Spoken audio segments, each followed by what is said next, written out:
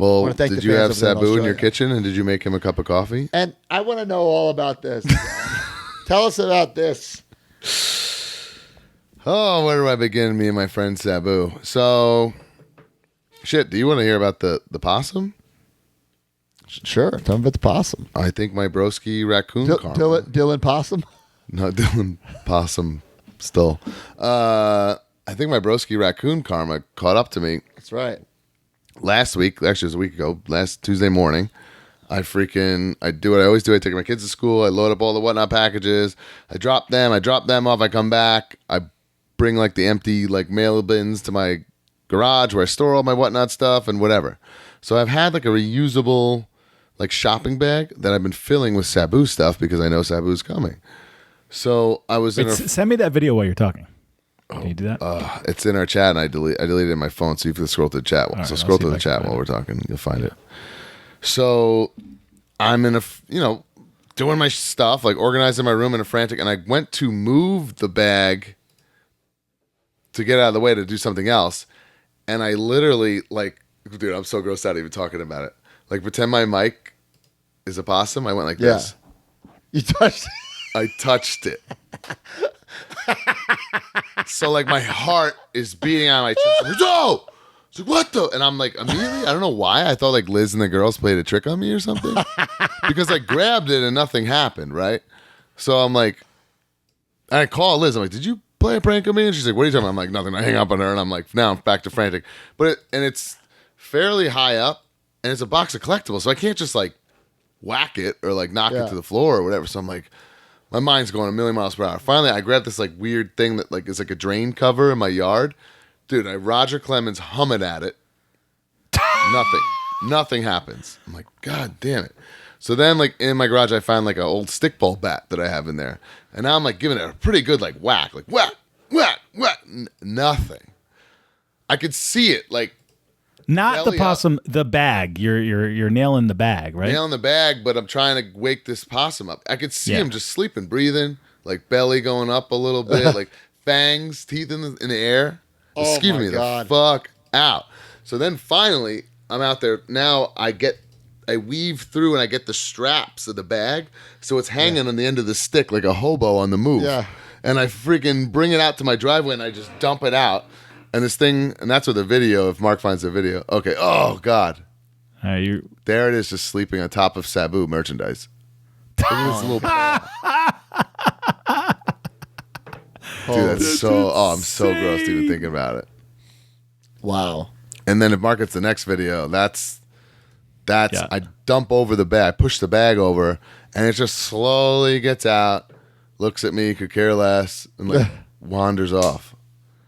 Ew. It's so big. Now, your gate's not open, so you're like, how's he going to get out? Dude, Right? and then there was this little hole there in the fence. Oh, that's how he got in. But then it leads back out. But then also, he was in my garage. I was going like possum crazy after looking it up. Like, there's no, the food would be in those garbage bins. How did he get in the there. garage? There is no food in my garage. There is no food scraps. Like, there's nothing.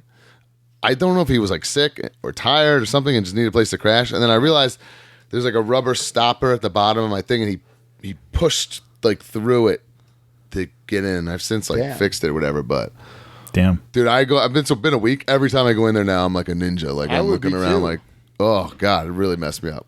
Even though I did look up like possums are virtually harmless. They don't have rabies apparently, and wasn't fun though. All right, so Sabu comes over. You make him a Keurig coffee. By the way, I had to like... Shawnee, by the way, says possums play dead. It must have been what it was playing doing. possum, duh. They are awesome to have around. They eat ticks and shit. What do you have, a fucking a pet? So, by the way, all that Sabu merch, I had to like take it out. I Lysoled it. Dude, there was like dirty, like I threw the Why bag didn't you out. take it to the middle of the lake, Aaron Bant? Oh, my God. What am I Dump it in the middle of the lake. Oh, broski style, and just waterboard it until it was dead. Stop it. There's Waterboard it. That's what there's broski new did. YouTube watchers He choked listening it to this. underwater. So anyway, back to Sabu. Sabu lives in Las Vegas. Creative Pro was on a Friday night. Anytime I bring in a big name, I try to shop them around to other people like Brian Sokol, Golden Ring Collectibles, shout out, or K&S. They do virtuals because then it's like we're both using the talent, but it's not in competition to what I'm doing because it's a virtual signing. People will still come locally and see them at my show. I feel like it's the best of both worlds. K&S was jumped all over it. I said, sweet. That way I get to split the flight costs with them. Everyone gets what they want. It's a wonderful thing. I'm looking up these flights. There was no flight from Vegas to New York that could get him in on Friday, like early enough to get all that done and then come to the show.